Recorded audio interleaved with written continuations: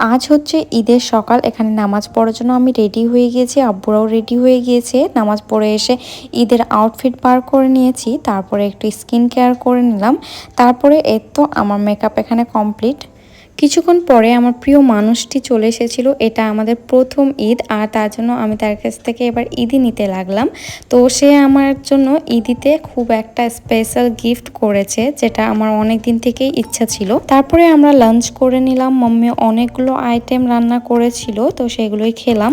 এখন আমরা একটু ঘুরতে বেরোবো, তার জন্য সে আমাকে নিজের হাতেই সাজিয়ে দিল, আর আমার জন্য সুন্দর একটা ব্রেসলেটও নিয়ে এসেছিল। আর এইগুলো কাজগুলো তো আমিও করতে পারতাম, কিন্তু হাজব্যান্ড যখন করে তখন মনে একটা আলাদাই আনন্দ হয়।